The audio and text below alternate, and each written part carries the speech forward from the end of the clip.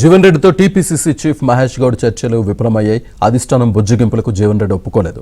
కాంగ్రెస్ ను వీడడం బాధగా ఉన్నా తప్పడం లేదన్నారు జీవన్ రెడ్డి. గౌరవం లేకపోవడం వల్లే పార్టీలో కొనసాగాలని లేదని జీవన్ రెడ్డి తెలిపారు. పీసీసీ చీఫ్ పదవి ఇవ్వకపోయినా బాధపడలేదన్నారు. పార్టీ అధికారంలోకి వచ్చిందని సంతోషపడ్డానని తెలిపారు. తన 10 ఏళ్ల ఒంటరి పోరును అధిష్టానం చిన్నచూపు చూసిందన్నారు.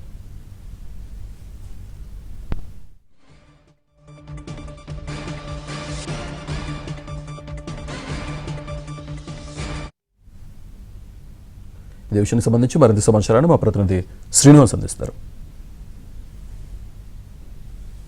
కాంగ్రెస్ పార్టీ సీనియర్ నేత మాజీ మంత్రి జీవన్ రెడ్డి కాంగ్రెస్ పార్టీకి రాజీనామా చేయబోతున్నారు.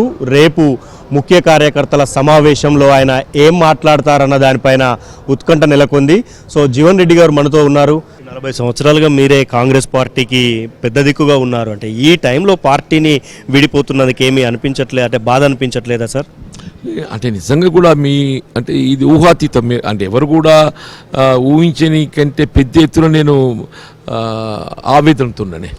ఇప్పుడు నాకు వచ్చేవాళ్ళు నన్ను అంటే వాళ్ళు ఊరడించడము ఇవన్నీ కోరుతున్నారు కదా, వాళ్ళు ఏ ఆలోచనతో వస్తున్నారో నాకు తెలియదు. కానీ నాకు మాత్రం పార్టీ వీడడం కొంత బాధాకరంగా ఉన్నది, తీరిన ఆవేదన కూడా ఉందని చెప్పంటారు. 4 దశాబ్దాల అనుబంధం తెంచుకోవాలంటే ఎవరు కూడా సాధ్యం కాదు. ఇది వాళ్ళ ఏ పదవుల కోసమో కాదు, వాళ్ళ ప్రభుత్వం ఇంకా 30 మాసాల అధికారంలో ఉండేది ఉన్నది.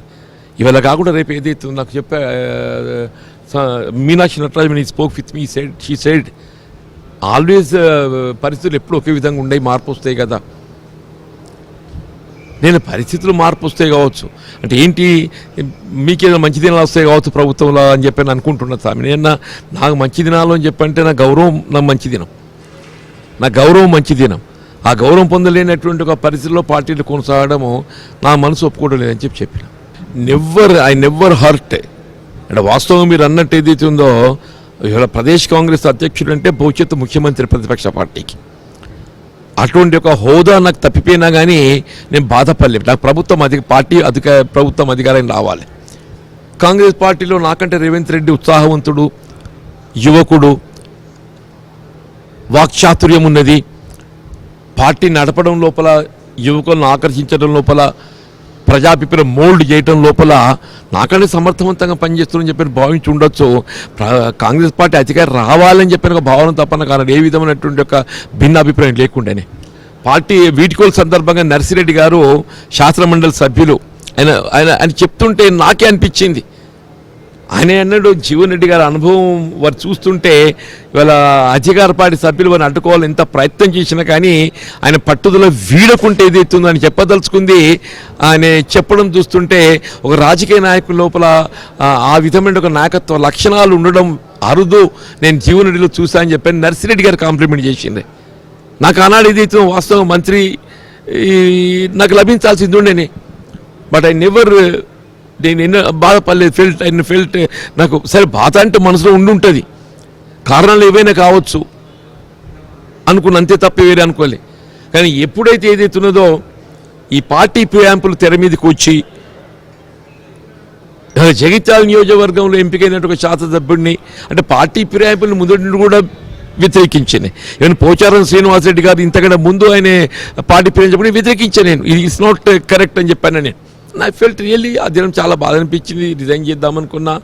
బట్ ఆ దినం ఇదే మిత్రుడు శ్రీధరబాబు గారు, లక్ష్మణ్ కుమార్, కేసీఆర్ మొదటి కూడా మిత్రుడు అంటే ఆనాడు ఒక కేసీఆర్ గారు ఎందుకే బీజేపీ వాళ్ళు కూడా ఆహ్వానించింది నన్ను. శాసన మండలి అవకాశం కల్పిస్తామని చెప్పిండ్రు. అప్పుడు ఏదైతుందో నా term was about less than 1 year. ఇది జరిగినప్పుడు ఏదైతుందో it was about less than 1 year. అయితే మార్చిలో టర్మ్ అయిపోతుంది. మళ్ళీ ఎక్స్టెన్షన్ కోసం ఏదైతుందో ప్రతిపాదిస్తామని చెప్పాను అన్నారు. But never. నాకెందుకంటే సరే ఇవాళ ఏదో నాకు కాంగ్రెస్లో న్యాయం జరుగుతుందని చెప్పి అనుకున్నాను, వేరే పార్టీ గురించి ఆలోచన చేయలేదు. కాంగ్రెస్ పార్టీలో న్యాయం జరుగుతుందని చెప్పి అనుకున్నాను తప్ప నేను వేరే పార్టీ గురించి ఆలోచన చేయలేదు. ఇవాళ పరిస్థితి భిన్నం కనబడుతున్నది. కాంగ్రెస్ పార్టీలో న్యాయం అయ్యేటువంటి సూచనలు కనబడటం లేదు. అనుబంధం తెచ్చుకోవటం బాధాకరమే. ఐ మీన్ రియల్లీ నాకు ఊహించని పరిణామం. 2 సంవత్సరాలుగా మీ గలం వినిపిస్తున్నా కూడా అధిష్టానం మిమ్మల్ని బుజ్జగిస్తూ వస్తుంది. కానీ ఈ లాస్ట్ మినిట్లో కొంత లేట్ చేసిందని అనుకోవచ్చా? అసలు వాళ్ళని బుజ్జగించినట్టు కూడా వాళ్ళు అనుకుంటారు, నేను అనుకుంటలేనే. వాళ్ళేదో అది అంతే అనుకున్నట్టు అనిపించింది తప్ప వాళ్ళ కేసీ వేణుగోపాల్ లాంటి వారు ఏదైతే ఉందో ఆయన స్థాయి లోపల మాట్లాడిన తర్వాత దాని కార్యాచరణ లేకుంటే దాన్ని ఏమనుకోవాలి. ఇప్పుడు నేను ఎంచుకున్న బాట పూల బాట కనబడుతున్నది, ముళ్ళ బాటలే కనబడుతుంది. భవిష్యత్తులో ముళ్ళ బాట పూల బాట అయ్యే అవకాశం ఉన్నది. కానీ ముళ్ళ బాటను పూల బాటగా రూపొందించుకోవడం మన చేతుల్లో ఉన్నది. నేను ఇవాళ దశాబ్ద కాలం పోరాటం చేసింది బీఆర్ఎస్ పార్టీ మీద. రేపైతే కంప్లీట్ డిసిషన్, పార్టీకి కంప్లీట్ గుడ్ బై. ఇది తప్పదే, దాంట్లో చెప్తే కదా ఒకసారి అభిప్రాయానికి వచ్చిన తర్వాత there is no scope, I don't say scope also.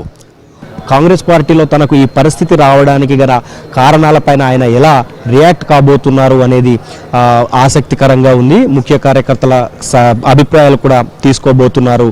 So మొత్తంగా ఇది జగిత్యాలలోని రాజకీయాలకు సంబంధించిన లేటెస్ట్ అప్డేట్. వీడియో జర్నలిస్ట్ సంపత్తో శ్రీనివాస్, ఏబిఎన్ ఆంధ్రజ్యోతి, జగిత్యాల నుంచి.